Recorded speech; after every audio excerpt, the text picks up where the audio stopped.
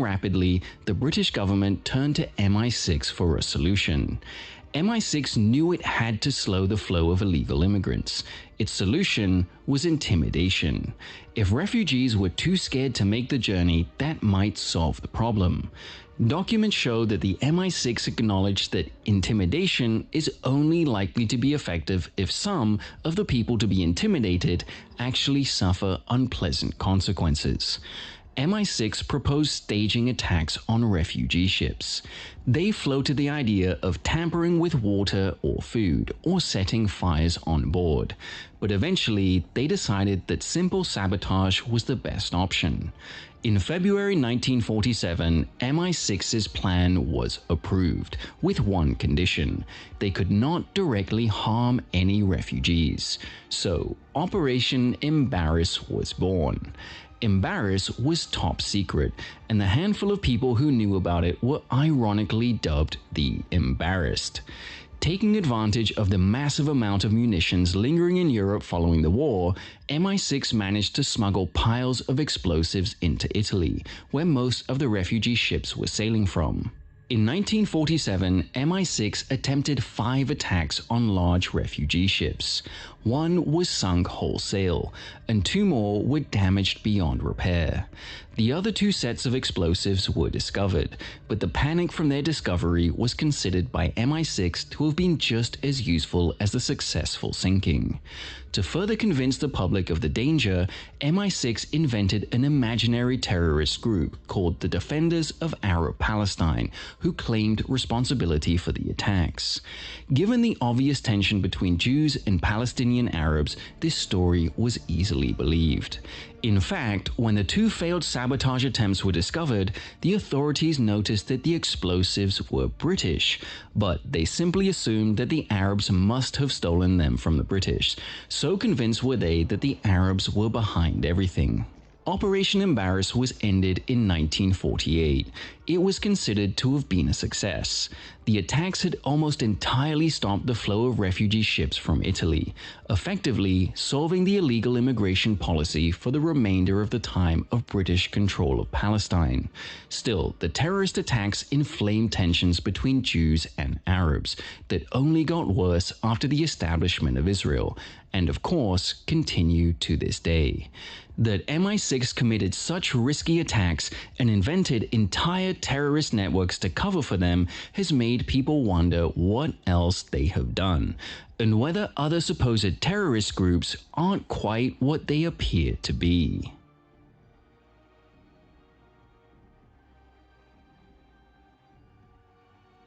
This was far from the only time MI6 meddled in the Middle East. In 2020, the transcript of a 1985 interview with the MI6 spy Norman Derbyshire was finally published. Derbyshire had overseen British intelligence operations in Iran in the early 1950s. It had long been known that MI6 and the CIA had a hand in the 1953 Iranian coup, but this interview gave new details that showed how deep that involvement went. In 1951, Mohammad Mossadegh became Prime Minister of Iran. He implemented numerous social and political reforms that in the early days of the Cold War were viewed by the West as being a little too communistic. The greatest controversy came when his government nationalized the oil industry, seizing control of facilities and supplies from the mostly British companies that owned them. The Iranians argued they were taking control of their country, while the British saw it as theft and a step towards communism. The British were furious, and MI6 was quickly set to work gathering intelligence on Mossadegh's government and planning a response. The British soon became convinced that a full-blown coup was the only way to stop Mossadegh. They approached the Americans for help soon after, but Washington declined. Meanwhile, the British government escalated its public response to the crisis by blockading Iran with the Royal Navy and demanding the return of stolen British oil assets. With a full-blown coup out of reach, MI6 did what it could to nudge Iranian democracy in a favorable direction. They launched a sweeping bribery campaign ahead of the 1952 election that boosted Mossadegh's enemies across the country, but failed to curtail Mossadegh's plans. Mossadegh's policies did earn him the support of Iran's communist factions. Soon, the communists were marching and protesting in support of Mossadegh, seemingly proving Britain's accusations that Mossadegh was turning red. In 1953, the new Eisenhower administration finally agreed to work with MI6 to deal with him.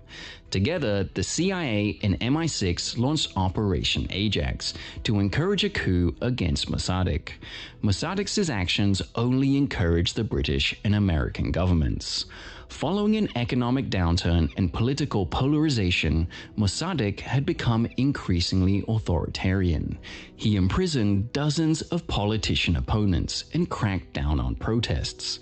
In 1952, he held a referendum to dissolve parliament and effectively give himself dictatorial powers.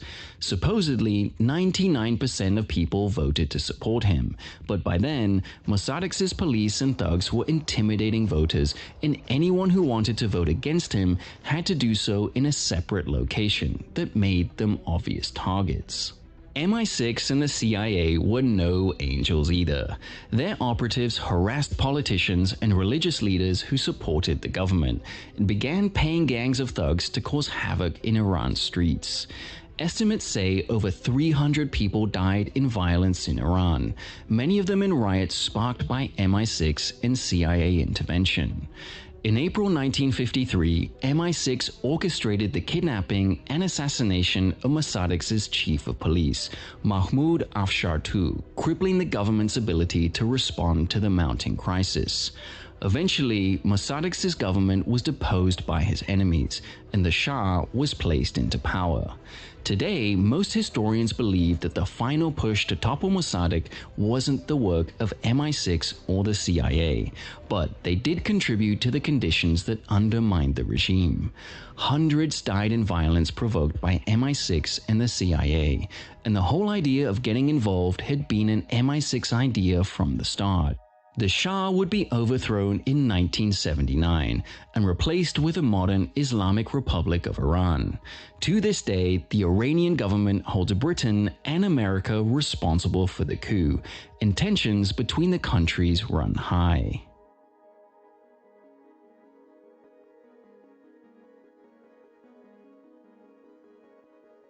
Another country where MI6 isn't held in high regard is Iraq. Britain was a sharp critic of Saddam's regime before the 2003 invasion and played a critical role in promoting the claim that Iraq was developing weapons of mass destruction. However, agents involved with MI6 have revealed that the agency seems to have had its eyes on war long before the smoking gun evidence emerged that finally sent coalition forces in. In December 2003, leaks revealed that MI6 had been running a global propaganda campaign called Operation Mass Appeal to drum up hostility to Saddam's regime for years. Their goal was to make, quote, selective use of intelligence that would legitimize sanctions and military actions against Iraq.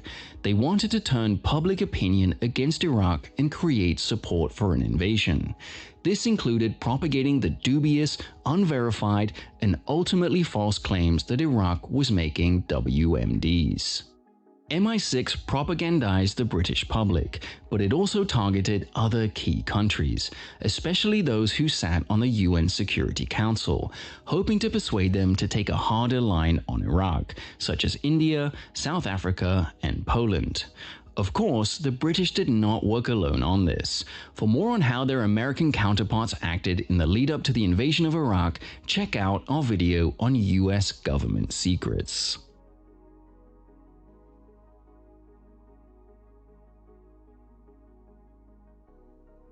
But of all the scandals around MI6's work in the Middle East, it is Afghanistan that has come back to bite the most.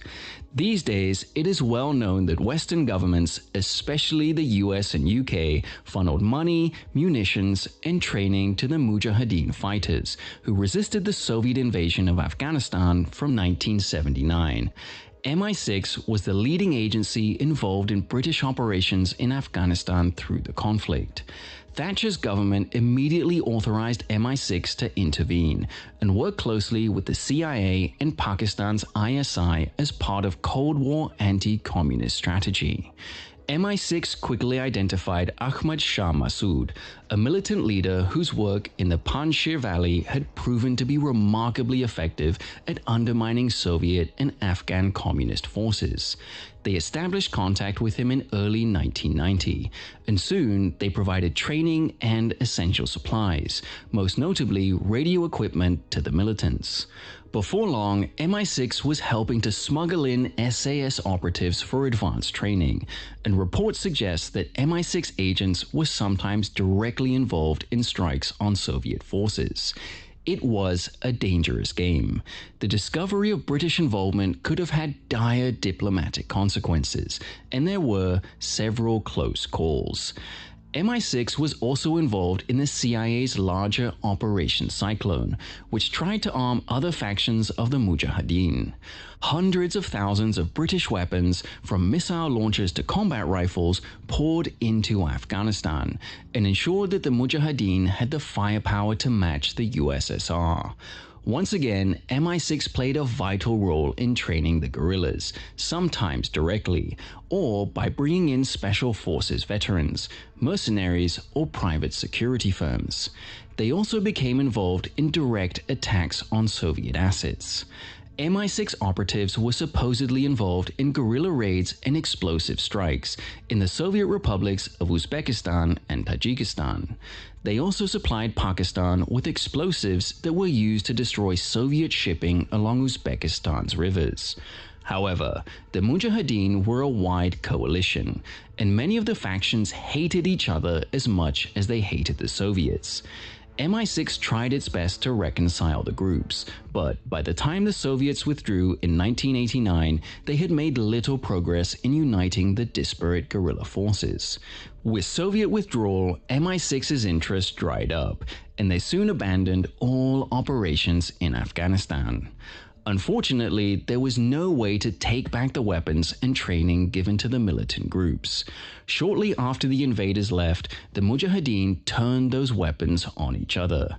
Bitter civil conflict gripped Afghanistan throughout the 1990s, and from this chaos, the Taliban emerged from some of the old militant groups. MI6's old ally Ahmad Shah Massoud proved to be a reliable anti-Taliban fighter, but his assassination on 9th of September 2001 ended any hopes of stopping the Taliban. 2 days later, the 9/11 attacks ushered in a new age of terror and conflict. Soon, NATO forces were on the ground in Afghanistan and found themselves going toe-to-toe with many of the same groups that MI6 had trained and armed. Over the ensuing 20-year conflict, thousands of Afghan civilians and NATO soldiers would lose their lives to the weapons that MI6 had poured into the country years earlier.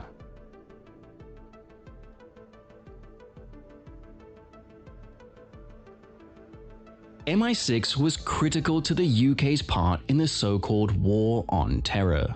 While MI6 did many good things to respond to potential threats, not all of it was as noble as they might claim. In particular, MI6 operatives have been accused of bending or ignoring human rights rules to achieve their goals. MI6 agents in Afghanistan were directly involved in the torture of numerous prisoners, often in cooperation with their American allies. When some MI6 staff complained to their superiors, leaked responses from MI6's leadership shows that they were told to turn a blind eye to it. When the torture was done under American leadership, MI6's position was that it wasn't their problem, and their agents had no responsibility to step in. In other cases, MI6 caused controversy by handing prisoners over to places they knew would torture them, even though this violated human rights laws. For example, in 2004, MI6 passed information to the CIA and Libyan government that led to the arrest of the Al-Qaeda-linked Abdel Hakim Belhaj and his pregnant wife. both were tortured by the Libyan government, with Belhaj spending 6 years in captivity. Belhaj was eventually released and played a key role in the Libyan civil war. He eventually tried to sue the British government for its involvement in his capture, but his case was thrown out and his appeals rejected. The question of torture during the War on Terror follows the CIA too. For more details on the CIA's similar use of so-called enhanced interrogation techniques, check out our recent video on the CIA. Belhaj was not an innocent man. Many people point out that he had links to deadly terrorist groups, and some people believe he deserved everything he got. Others insist that human rights laws should not be bent for anyone, or else how can we claim to be better than terrorists? Whatever you believe, it's clear that the world isn't black and white. Despite most of us getting to know MI6 through tales of heroic figures like James Bond triumphing over evil villains while keeping their honor intact, the real world isn't so simple. The work of MI6 has been complicated and controversial, and with so much material still hidden in classified archives, there's sure to be plenty of secrets yet to be found. We hope you're not too shaken or stirred about the secrets in this video. If you enjoy content like this, don't forget to drop a like and consider subscribing to keep up with our own intelligence gathering operations.